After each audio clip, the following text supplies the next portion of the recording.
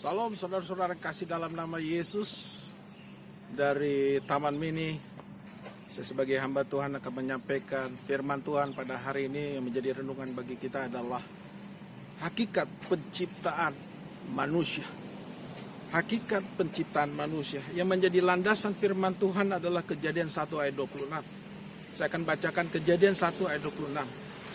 Berfirmanlah Tuhan, baiklah kita menjadikan manusia menurut gambar rupa kita, supaya mereka berkuasa atas ikan-ikan di laut, dan burung-burung di udara, dan di atas ternak, dan di atas seluruh bumi, dan di atas segala binatang melata yang merayap di bumi. Saudara yang kasih dalam nama Yesus, pada awal penciptaan manusia, ada 2 poin yang bisa saya dapat dari Kejadian 1 ayat 26. Baiklah kita menjadikan manusia menurut gambar dan rupa Tuhan. Menurut gambar dan rupa Tuhan. Artinya apa saudara? Kalau kita diciptakan menurut gambar dan rupa Tuhan, adalah kita menuruni sifat-sifat Tuhan. Karakter Tuhan. Tabiat Tuhan. Yang semua serba baik dan hidup di dalam kekudusan. Dan kemuliaan Tuhan ada dalam manusia yang diciptakannya. Pada hakikatnya semua manusia Tuhan ciptakan mempunyai sifat-sifat yang baik. Sifat-sifat yang kudus. Pengasih. Pemurah. Sabar. Tidak dendam. Tidak kecewa. Tidak iri hati. Dan tidak sombong dan tidak serakah. Itulah sifat-sifat Tuhan. Tuhan adalah pengasih dan pemurah. Seharusnya manusia yang diciptakan manusia itu mempunyai sifat-sifat Tuhan. Menurut gambar dan rupa Tuhan. Yang kedua, supaya mereka berkuasa atas ikan-ikan di laut dan burung-burung di udara dan atas ternak dan atas seluruh bumi dan atas segala binatang yang melata, yang merayap di bumi. Yang kedua, manusia dimampukan, diberikan kekuatan dan kuasa, the power. Saudara yang kasih dalam nama Tuhan Yesus. Hakikat penciptaan manusia luar biasa. Pada awalnya sangat luar biasa. Kalau kita baca ayat ini. Dan kita selidiki ayat ini sangat-sangat luar biasa. Manusia diciptakan adalah baik adanya.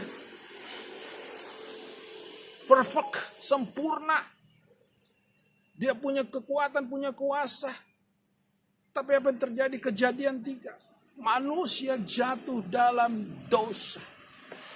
Manusia jatuh dalam dosa sehingga manusia diusir dari Taman Eden. Dan hilanglah semua, saya katakan rusak, gambar dan rupa Tuhan. Manusia masih melakukan dosa dan terus melakukan dosa. Sampai pada akhirnya Yesus datang dan memberikan tubuh dan darahnya untuk menyelamatkan kita dari dosa-dosa dan kebinasaan kita. Dan Tuhan juga naik ke sorga dan rohnya turun. Dalam 2 Korintus 3 ayat 17-18 Anda boleh baca. Dengan hadirnya Roh Kudus, dia memerdekakan dosa manusia. Dan memuliakan manusia. Jadi kemuliaan Tuhan dicurahkan. Dan citra gambar yang tadi rupa gambar Allah yang sudah rusak.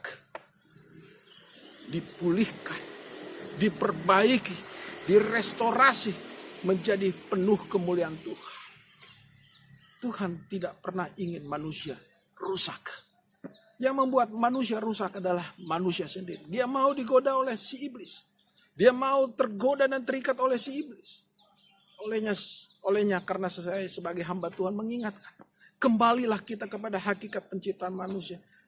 Untuk hidup gambar dan rupa Tuhan ada dalam diri kita. Dan kita berkuasa atas kehidupan kita. Berkuasa atas setan iblis.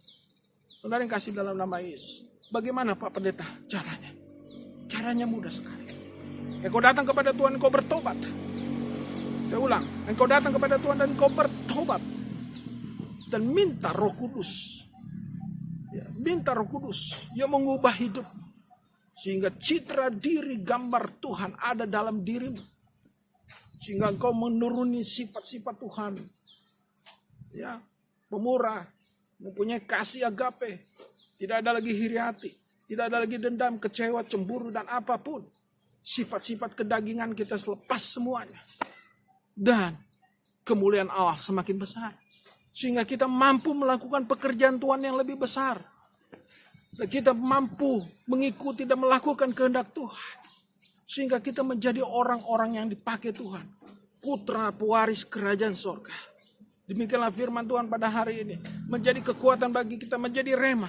Hakikat penciptaan manusia. Dan siapapun yang mendengar video ini, renungan ini, akan diberkati Tuhan dan mengubah hidup kita. Kembalilah kepada hakikat penciptaan manusia. Serupa segambar Tuhan. Dan kita berkuasa atas hidup ini. Amin.